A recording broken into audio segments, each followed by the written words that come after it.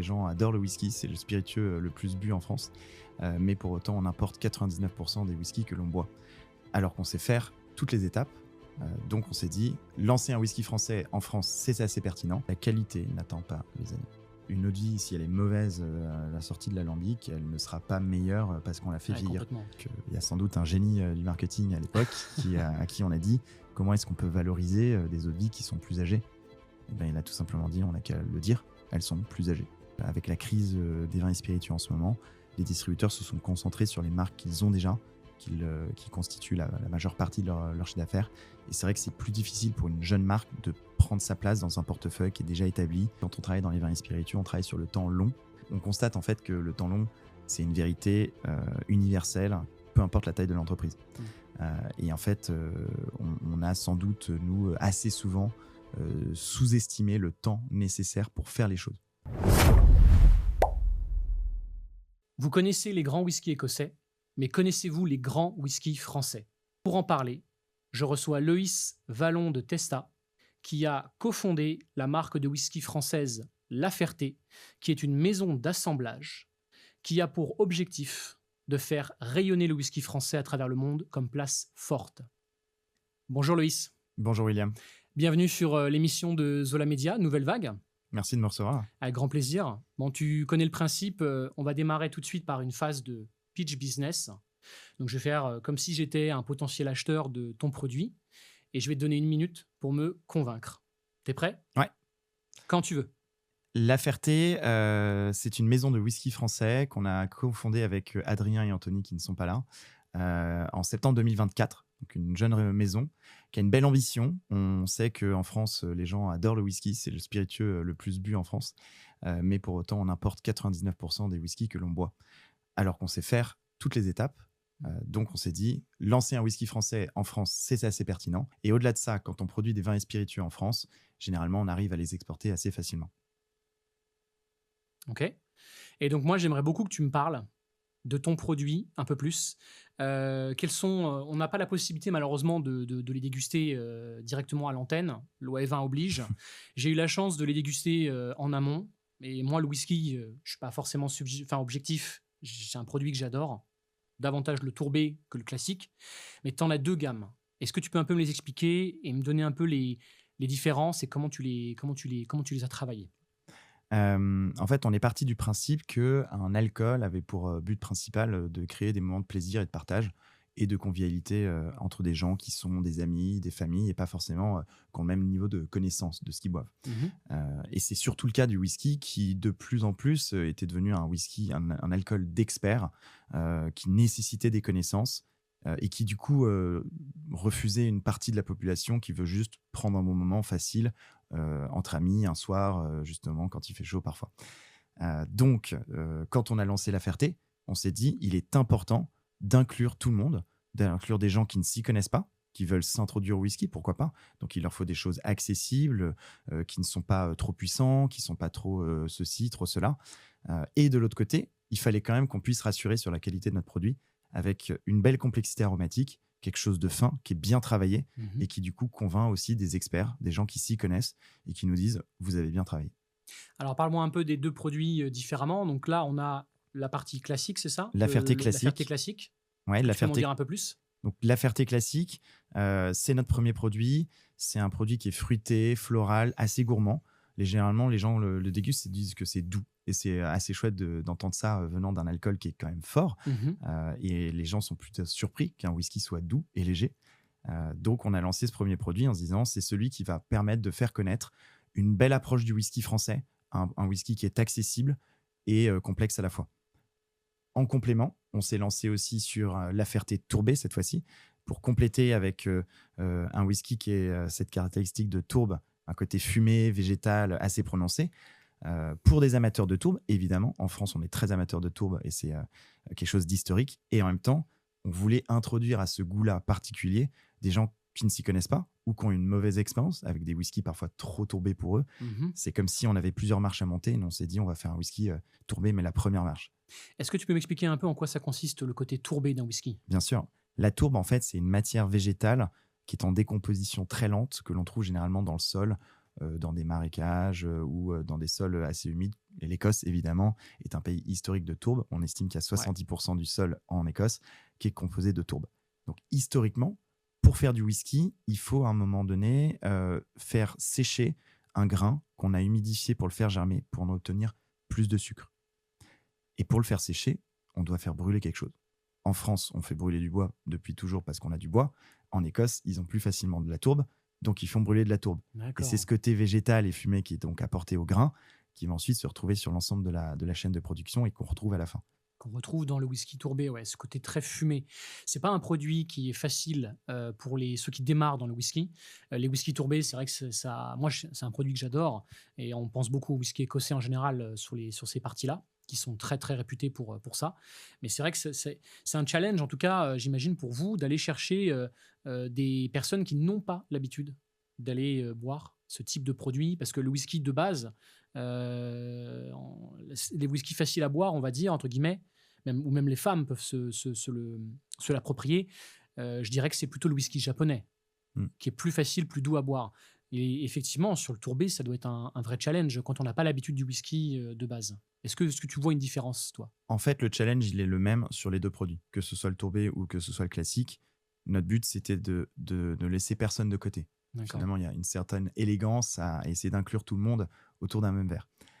Donc, on a travaillé des produits qui sont faciles d'accès. On a enlevé finalement tout ce qui repousse les gens. Généralement, ils ont peur de la couleur quand elle est trop foncée. Ils ont peur de la puissance aromatique même au nez. Et ils ont peur évidemment de reprendre un verre quand ils ont pris une première gorgée et que ça les a un peu brûlés ou qu'il y a un peu d'astringence. Hmm. Donc tous ces éléments-là, on les a travaillés dans la recette pour les retirer. Et c'est surtout un de mes associés, Adrien Douady, qui est docteur en distillation. C'est D'accord. assez rare dans ce secteur et qui est un génie dans son art, qui a réussi à développer la première recette du classique, puis celle du tourbé. Et d'ailleurs, on a reçu beaucoup de récompenses au niveau Oui, j'ai vu international sur ça. ces produits. Hmm. Donc le défi de convaincre des gens qui n'aiment pas le whisky, on l'adore. En fait, sur les salons, les gens qui viennent et nous disent désolé, je n'aime pas le whisky, mais j'ai un oncle ou un grand-père qui aime bien, ben, on leur dit venez, découvrez, et peut-être que justement pour la première fois, vous allez avoir un whisky que vous pourrez partager avec les gens qui autour de vous aiment bien. Et ce qui est important du coup dans ce cas-là, c'est qu'on n'est pas en train de dire euh, c'est un test. Voilà. On leur dit pas venez, on va tester vos connaissances et peut-être que si vous y connaissez, vous allez apprécier. En fait, on leur dit surtout vous allez avoir la chance de partager un verre avec les gens que vous aimez bien, comme vous le faites déjà, peut-être avec du vin, de la bière, etc. Mais cette fois-ci, vous allez le faire avec du whisky. Donc en fait, on les touche d'un côté beaucoup plus émotionnel Ok. avec un produit qui jusqu'alors ne correspondait pas à ces moments de consommation. Donc ça va être un produit qui se veut multi-occasionnel, en fait. Exactement. Et comment tu le dégustes concrètement, ton produit? Alors moi, j'adore le faire déguster déjà pur parce Ouais. que ça permet comme ça de comprendre la complexité aromatique que ça a. Et donc d'ailleurs, il y a beaucoup de gens qui découvrent l'aromatique d'un whisky parce qu'ils ne pensaient pas que ça avait ce type d'arôme. Par Hmm. exemple, le fruité et floral que l'on exprime sur les deux d'ailleurs n'est pas une caractéristique commune des whiskies. On a plutôt tendance à penser que c'est puissant, très céréalier, un peu sec et très fort en alcool. Là, on a réussi à garder des arômes qu'on peut retrouver sur d'autres alcools. Donc ça nous amuse souvent de faire goûter des gens qui aiment le rhum ou le gin, de faire goûter le whisky et leur dire bah, finalement, c'est pas si mal. Ah bah, belle réussite. En tout cas, moi, j'aimerais que tu me reviennes un peu à la genèse de toute Mm. cette histoire de la marque La Ferté, puisque toi et tes associés, vous êtes originaires de chez LVMH, Ouais, issus de chez LVMH. Toi, tu y as passé une dizaine une d'années, dizaine d'années. si je Ouais. me rappelle Ouais. bien. Donc, comment est-ce que tu en es venu à faire ce que tu faisais chez LVMH et à te lancer dans, dans la création d'une marque de whisky? Eh ben, ce qui est amusant, c'est que le trio de cofondateurs, on est tous les trois ce qu'on appelle des bébés MH. Donc Mhm. des personnes qui n'ont jamais travaillé ailleurs que chez Moët Hennessy, que ce soit en France, en Angleterre pour Anthony, en Suisse pour moi-même, et puis à Cognac pour Adrien pendant de longues années. On s'est tous les trois retrouvés un jour à Paris au siège international de Moët Hennessy. Et c'est là qu'en fait, on a commencé à discuter de notre vie en fait au sein de Moët Hennessy, puis nos envies, notre curiosité sur ce qui se passe dans le monde des alcools.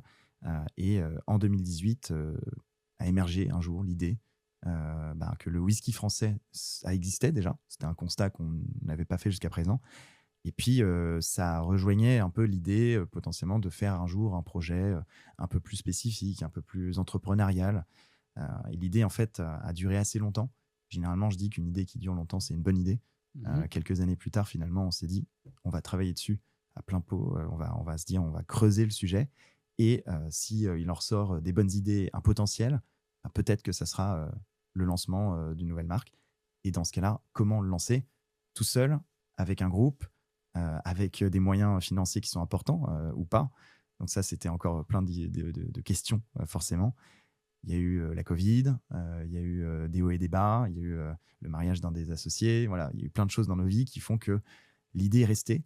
On l'a recreusée, elle est repartie, elle est revenue, elle est repartie, elle est revenue. Et finalement, elle est tellement restée forte qu'au bout d'un moment, sur les dernières années chez Moët Hennessy, même les promotions qu'on nous proposait ne nous satisfaisaient pas par rapport à l'idée d'un jour créer un whisky français.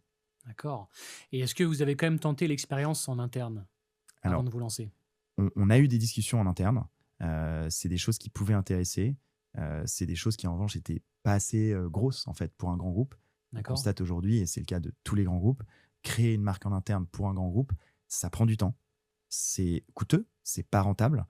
Ça met des années avant de l'être. Et donc, ça correspond pas aux objectifs qu'un grand groupe, avec notamment une cotation en bourse, des investisseurs derrière, ont comme exigence. D'accord, donc en fait, les grands groupes comme LVMH vont plutôt, tu me disais, avoir tendance à racheter des marques qui sont déjà établies avec le budget qu'ils vont avoir, plutôt que de se lancer dans la création de marques, from scratch, quoi. Ouais. OK. Dans les grandes lignes, chaque groupe a un peu sa manière de fonctionner. Il y a des groupes qui sont plus ou moins familiaux. Donc, il y a au-delà d'une simple analyse financière, il y a aussi des analyses plus de patrimoine et de légitimité sur un segment. Mais ce qu'on retient, c'est que les grands groupes ont forcément beaucoup plus de moyens que les autres. Et donc, ils vont s'attaquer à un segment en essayant de gagner des parts de marché le plus Mmh. vite possible. Et forcément, c'est plus simple quand on a les moyens de racheter un acteur qui est déjà en place, qui est peut-être déjà leader même, pour le faire grossir ensuite, pour gagner encore plus de parts de marché, peut-être même avoir quasiment 50%. Quand on prend Moët Hennessy sur le cognac, c'est 50% du marché du cognac. C'est une position stratégique qui permet voilà, d'avoir un leadership en France, à l'étranger, et puis de prendre des décisions importantes. C'est exactement du coup les mêmes raisons pour lesquelles certains groupes ont acheté des domaines de vin de rosé en Provence. Et on voit que finalement, petit à petit, les maisons familiales se passent les clés à des grands Ouais. groupes. Ouais. Ouais, tout à fait. Alors, donc tu décides de quitter LVMH Ouais.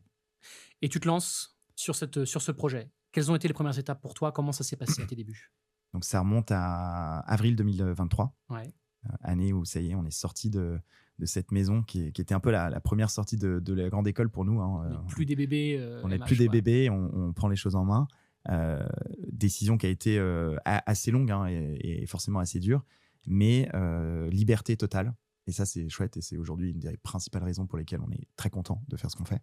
Cette liberté totale de devenir des acteurs de notre secteur, et donc de se lancer avec des décisions qui sont prises par nous-mêmes, évidemment en concertation avec les associés. Et c'est top d'avoir des associés aussi soudés, à l'écoute. Vraiment, on analyse les choses, on n'a pas d'ego en fait, on écoute le marché, on écoute ce que nous disent les gens, on va à la rencontre de nos clients.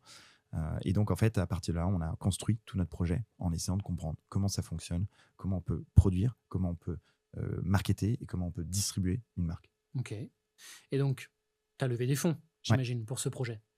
Est-ce que tu avais déjà quelque chose de construit, quelque chose qui a été abouti avant de pouvoir, t'attaquer aux investisseurs ou pas? En fait, je pense que la principale raison pour laquelle on a réussi assez rapidement dès le début à convaincre des investisseurs, on avait besoin de fonds, c'est évident. Mmh. On est assez jeune, on a mis un peu d'argent de côté, donc on l'a réinvesti dans la boîte, mais ça ne suffit pas. Hein. On parle de plusieurs millions d'investissements depuis le début. Aujourd'hui, il est impossible de créer une marque qui devienne un jour leader dans une catégorie sans avoir suffisamment de fonds pour investir continuellement pendant peut-être 3 années pas rentable, et Ouais. ensuite essayer de devenir rentable, etc. Et c'est d'autant plus vrai dans un contexte où il y a une crispation du secteur des vins et spiritueux en ce moment. Et donc, il faut tenir longtemps dans des moments où on n'est pas encore assez gros pour être rentable. Donc, besoin de lever, évidente. Et je pense que la principale clé, en fait, qu'il faut retenir de ce financement au début, c'est des forces de conviction, de l'expérience, une force de travail aussi qui est prouvée et on peut reprouver encore s'il faut auprès de ces investisseurs, et une compréhension du marché dans lequel on travaille et on veut travailler, et de fait, une facilité d'évolution en cours de route, de changement de direction si besoin, de rebond face à une erreur. Et c'est ça, je pense, qui rassure un investisseur quand il se dit, OK, il y a un marché, il se passe des choses, il y a une belle croissance. Dans les vins et spiritueux, s'il fallait investir le whisky français, pourquoi pas? Ça a l'air de bien prendre. On parle forcément des 30% de croissance depuis 2010, etc. Mais ce qui est important, c'est d'investir sur le bon cheval. Et donc le cheval, on a essayé de l'être, justement, le bon cheval, une bonne compréhension du marché, une envie, une énergie et une transparence aussi, je pense, par rapport à des complexités, des difficultés qu'on peut rencontrer. Donc, tu as convaincu principalement tes premiers investisseurs sur la partie marché, ce que représentait la création d'un produit comme celui-ci en France et du potentiel que ça pouvait avoir dans le futur. Ouais, c'est vraiment 2 étapes. Déjà, c'est un marché, un potentiel et donc un intérêt à aller investir dans ce marché.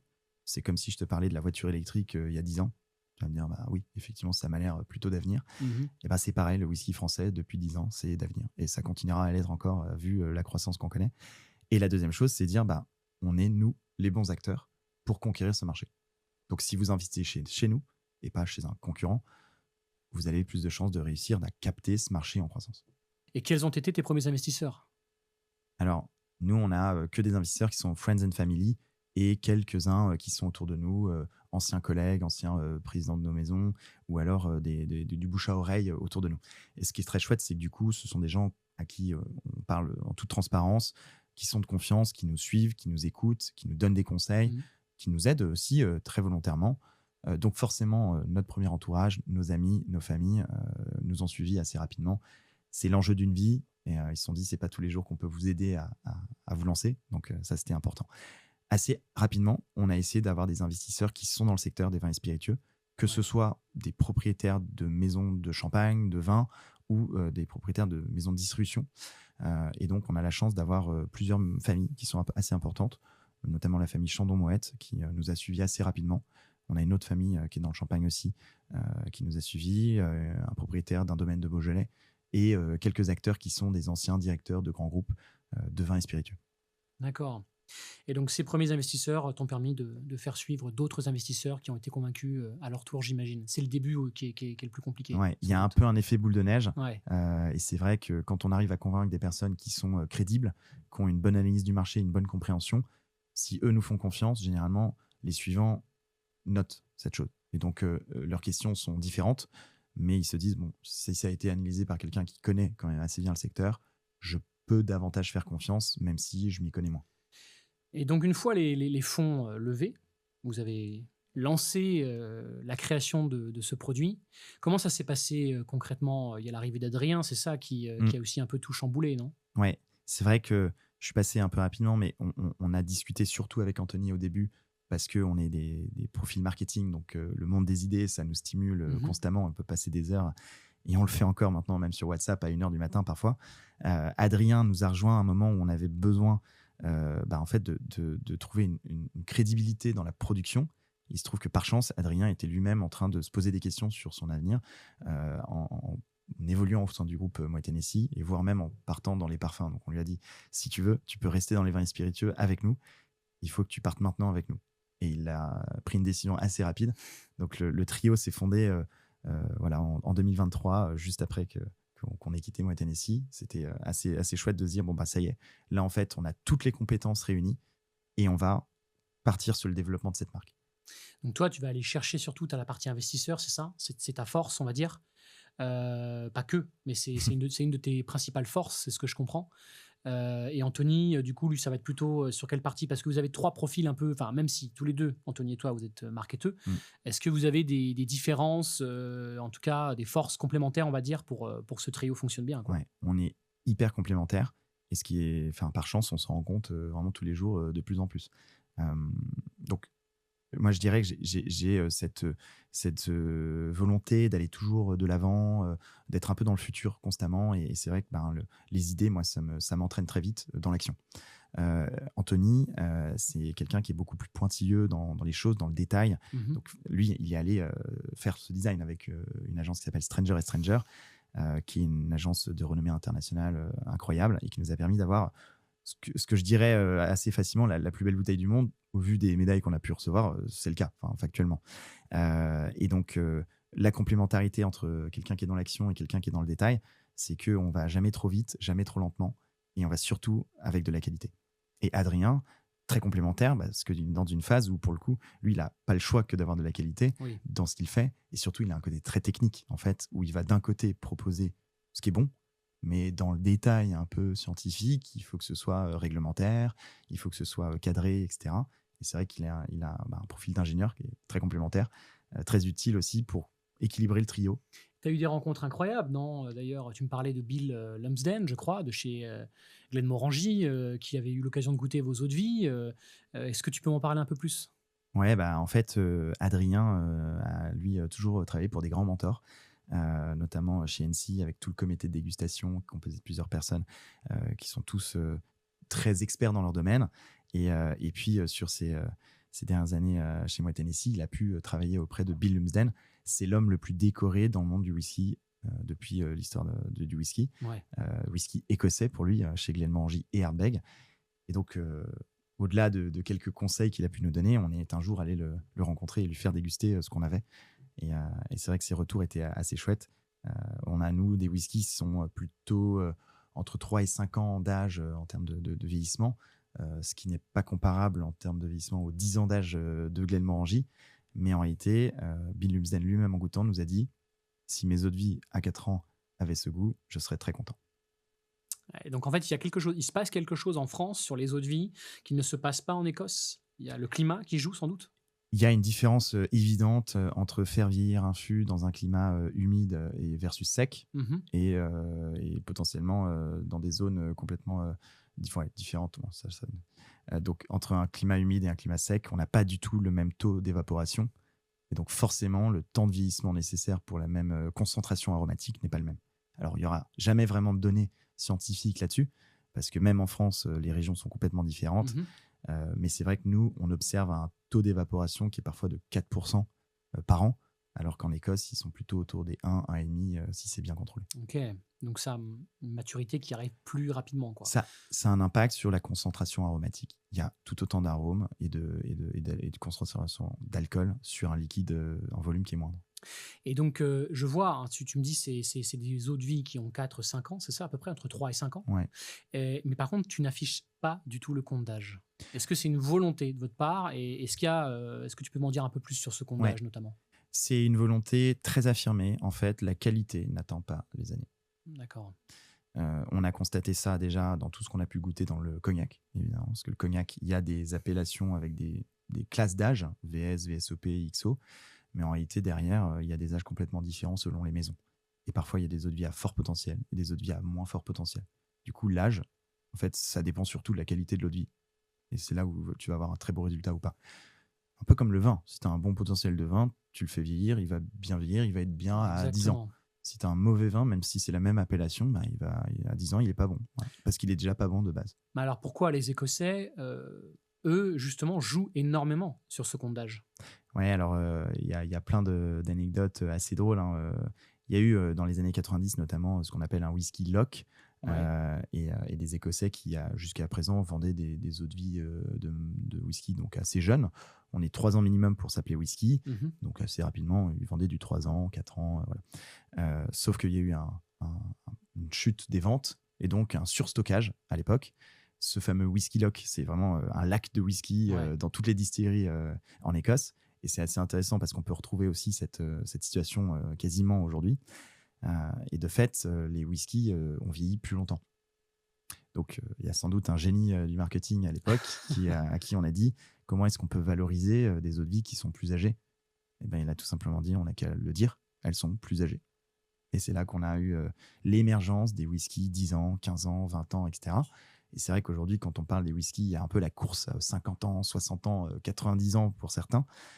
Je crois pas qu'on est sorti de whisky plus de 100 ans, mais ça serait. Ouais, j'entends souvent du 50 ans pour le plus, mais ouais, c'est déjà énorme. La difficulté, c'est qu'en fait, ça s'évapore. Donc, 100 ans, effectivement, ouais. si tu perds 1% par an pendant 100 ans, il reste plus grand-chose. Voilà. Ouais, Donc, tu peux avoir une cuillère à soupe éventuellement à la fin. Mais voilà. effectivement, ouais. Et c'est vrai que du coup, la difficulté, c'est quand ça s'évapore, ton fût il est moins rempli. Et donc forcément, il y a un échange avec l'air qui est plus important. Et tu as un risque de dégradation du liquide qui est plus important. Donc c'est vrai que c'est un enjeu très complexe. Financièrement, c'est très coûteux. Donc ça se valorise, mais ça ne te garantit pas que ce soit bon. Ok. Donc, à méditer sur cette histoire de condage, mais j'espère quand même, Mm. en tout cas, pour avoir goûté pas mal de whisky, on va dire, âgés, de belles maisons écossaises, en général, on n'est pas déçu. Il y a des belles choses. Mais ça ne veut pas dire qu'il faut prendre ça Mm. sur le chiffre Ouais, uniquement. ouais, bien sûr. Et je rebondis vraiment sur l'idée de tu pars d'un produit, s'il n'est pas forcément bon, si l'audit n'est pas forcément bon de base, c'est pas en la faisant vieillir 20 ans qu'elle sera Ouais, nécessairement meilleure. Et ouais. le vin est un bon exemple pour ça. Ça, c'est hyper important. C'est qu'une eau de vie, si elle est mauvaise à la sortie de l'alambic, elle ne sera pas meilleure parce qu'on l'a fait Ouais, vieillir. complètement. Alors, on peut essayer, on peut la bonifier à la marge, mais c'est un mauvais potentiel et ça fera un très mauvais whisky par la suite. En tout cas, tu joues sur un pari qui est ambitieux, hein, tu n'affiches pas l'âge, tu joues sur le design effectivement qui est très, très poussé et qui n'existait pas de ce que je comprends à l'origine, parce qu'il n'y avait pas vraiment une identité de bouteille, dans le whisky Mm. français, c'est ça? Ouais, Vous êtes allé chercher un design qui fait que vous voulez représenter, un peu comme la place forte, hein, c'est vos ouais, mots, représenter le whisky français mm, sur la place, internationale. ouais. En fait, il faut revenir vraiment à l'origine de la Ferté. Étymologiquement, ça vient du vieux français Ferté, qui veut dire la place forte, la forteresse, la Mmh. ville fortifiée. Il y a tout un univers assez intéressant autour de ça qui se voit dans nos paysages en France. Il y a des villes en France qui s'appellent La Ferté-Bernard, La Ferté-Saint-Aubin, Ouais, La c'est vrai, ouais. Ferté-Alais. Ouais. Il y en a 25 à peu près. J'avais pas fait le rapprochement, mais oui. Toutes ces villes sont des villes fortifiées, des places fortes. On a bien aimé cet écho avec l'expression française assez riche qui nous dit une place forte, c'est un lieu qui est connu pour une expertise particulière. Mmh. Et nous, on veut que la France soit connue pour le whisky français. Donc que la France soit une place forte du whisky. Euh, mais l'idée, c'est de faire rayonner ça à travers le monde. Donc, notre bouteille, la première chose que les gens voient, c'est quelque chose qui est assez fin, assez élégant. Parfois, les gens me disent qu'est-ce que c'est? Est-ce que c'est du parfum? Moi, j'aime bien parce que ça veut dire que ça leur évoque d'autres choses et il y a plus une émotion qui est la première chose qu'ils ressentent plutôt que simple connaissance. Ok, je reconnais un autre produit. Voilà. C'est l'émotion qui parle d'abord. Une belle bouteille. J'ai envie peut-être de l'offrir. Je m'imagine le faire. Je m'imagine de me l'acheter pour moi ou pour quelqu'un d'autre. Et donc, cette idée de jolie bouteille de place forte, on l'a illustré avec un rayonnement. C'est un peu les striures que l'on peut voir. C'est un relief qui est travaillé avec un moule verrier spécifique, quelque chose qui est très rare dans les whiskies français. Alors, il y en a quelques autres qui s'y mettent, et tant mieux. J'ai envie de dire, il faut que tout le monde puisse avoir une jolie bouteille, parce que c'est toute la catégorie du whisky français qui a gagné à ça. Nous, on a fait ce pari, et donc on a eu notamment l'idée de mettre en symbole, sur le bouchon et sous la bouteille également, une place forte. Ouais, une place forte. Ouais. Ouais. Qui est une place forte de Vauban. Donc Vauban, grand architecte Oui, des oui, places oui, fortes très françaises. connu, ouais. Ouais. Ouais. C'est tout un tas d'anecdotes comme ça qui permettent aux gens de s'amuser aussi avec le produit, ce qui est important. Et au-delà de ça, une fois qu'ils l'ont dégusté, généralement, ils sont conquis. En tout cas, elle est très belle, c'est vrai, cette bouteille. Ça, vous avez fait un beau travail. Est-ce que tu peux me parler un petit peu maintenant de ta distribution, de comment est-ce que vous fonctionnez avec La Ferté et qui vous allez aller toucher aujourd'hui, hein, en termes de cible, hein, même si vous visez les occasions comme on en a parlé, vous avez dû constater certains changements et des bonnes surprises, Ouais. j'imagine. Il y a des bonnes surprises, il y a des mauvaises surprises. Ouais. Donc, en fait, nous, de base, on a toujours eu comme principe qu'on travaille avec 3 piliers en même temps. La production. Donc là, aujourd'hui, c'est plutôt maîtrisé. C'est Adrien qui en est responsable. On a des produits de qualité qui sont beaux à voir, qui sont beaux à boire. Le marketing, effectivement, là, c'est plutôt Anthony. Il y a une communication qui est forte. C'est une marque qui plaît facilement, qui plaît à tout type de consommateurs, dont on entend parler assez bien dans la presse. Et merci pour l'invitation parce que ça nous aide énormément. Avec plaisir. Et troisième pilier, évidemment, la distribution, qui est le segment sur lequel on travaille le plus au quotidien. Vendre. C'est pas un métier sur lequel on travaille de base. C'est un métier qui est assez nouveau.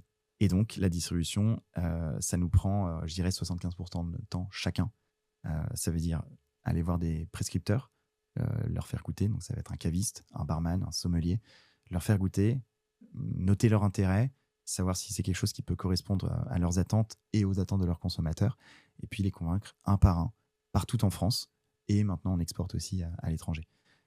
On distribue en direct en France. C'est une volonté stratégique de base parce que il n'y a pas meilleur vendeur que les fondateurs d'une marque en général. Oui, tu me disais que tu passais pas par des distributeurs. C'est un choix stratégique, Ouais. effectivement. Ouais. C'est un choix stratégique et on regrette pas de l'avoir fait parce que d'autant plus avec la crise des vins et spiritueux en ce moment, les distributeurs se sont concentrés sur les marques qu'ils ont déjà, qui constituent la majeure partie de leur chiffre d'affaires.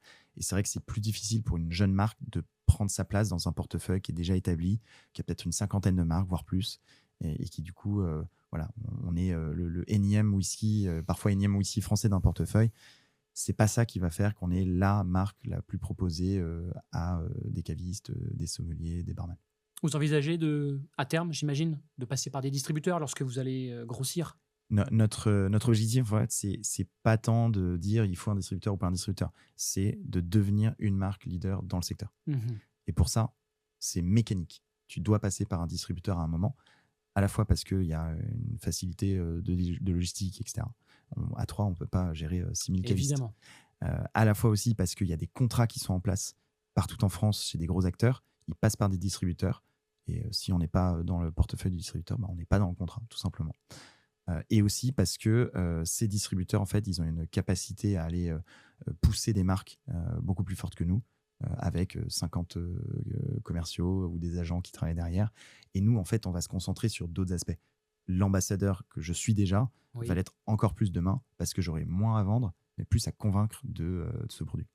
Sur ton expérience en tant qu'entrepreneur aujourd'hui, tu m'as parlé de 4 piliers qui pour toi sont vraiment un leitmotiv et que tu utilises au quotidien. Tu peux Ouais. m'en dire un peu plus? J'ai constaté depuis le début de cette aventure, et je le sentais déjà un peu avant dans mes précédentes expériences, la clé du succès, c'est toujours lié à 4 piliers: le travail, l'expérience, le réseau et la chance.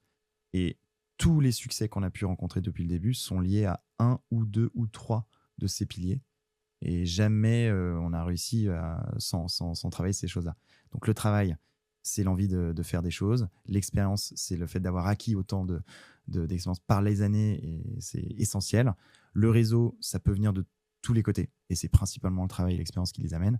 Et puis la chance, c'est le fait d'avoir bien travaillé les 3 premiers piliers. Parfois, c'est une rencontre. J'ai pu donner une bouteille de La Ferté-Tourbet au président de la République récemment. C'était assez drôle. Ça a fait un peu de buzz. Les avis se font après. Très bien.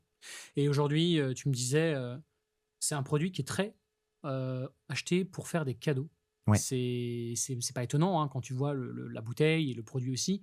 Et tu constates que c'est beaucoup les femmes, c'est ça, tu me disais, qui s'intéressent à ce produit et qui d'ailleurs apprécient aussi le produit. Ouais, le whisky est de base, quand on parle des whisky premium, est un produit cadeau. Donc ça concentre beaucoup les ventes sur les périodes de cadeaux. C'est la fête des pères dimanche. On voit qu'il y a un petit rebond des ventes sur le mois de mai-juin, clairement. Avant Noël, évidemment, c'est très concentré.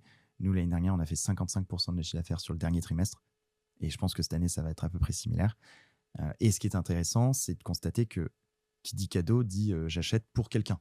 Donc, ça ne limite pas les consommateurs à ceux qui consomment le plus. Et c'est vrai qu'en France, c'est plutôt les hommes. Maintenant, ça change et on a des surprises qui sont assez chouettes. C'est qu'en fait, avec un whisky comme le nôtre, c'est très universel. C'est pas l'âge qui dicte si on va boire du whisky. C'est pas non plus le fait d'être un homme ou une femme. C'est le fait d'avoir envie de partager un bon moment avec des amis, en famille. Et après, on a un goût qui est assez accessible. Donc, ça va plaire à des palais non initiés, des gens qui n'aiment pas forcément la puissance. Voilà. Il y a parfois tout un tas ça peut être allongé, ça peut être sur glaçons, voilà, en cocktail, tout ça, quoi. Ouais, c'est ça qui est intéressant, c'est cette multiplicité, on va dire, d'occasions que ton produit peut apporter. Ouais.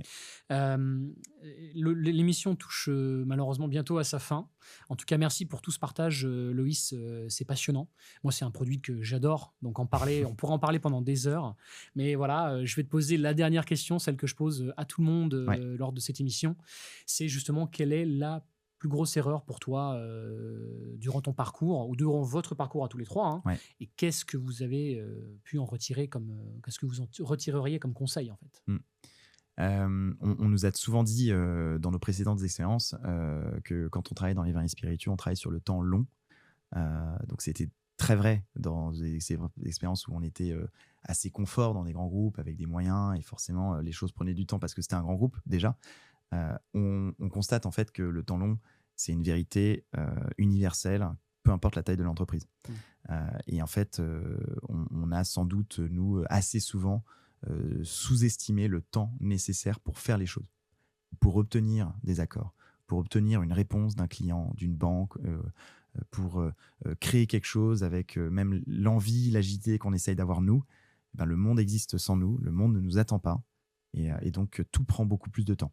Alors ça a un impact énorme sur les anticipations qu'on a faites au début, qui n'étaient pas forcément les bonnes. On a été trop rapide, on a été trop dépensier, on a pu prendre des décisions peut-être trop tôt par envie d'aller vite et de cocher des cases et de se dire allez on passe à autre chose. Et en fait parfois il y a des remises en cause qui sont basées sur le fait de dire bah, on aurait pu prendre plus de temps ou on aurait dû admettre que ça prend du temps et du coup ralentir un peu, ne pas investir trop vite, ne pas dépenser sur telle chose trop tôt. Et même sur des questions d'emploi par exemple, on a pu parfois trop vite prendre des équipes, puis dire bon, on va réduire un peu, on va reprendre plus tard. C'est hyper important pour nous maintenant de faire attention à ce genre d'aspect. Le temps, c'est long et il faut l'accepter. Eh ben, merci pour ce conseil et pour cette honnêteté. C'était un plaisir de te recevoir. Merci, Loïs, pour ce partage. Merci beaucoup William.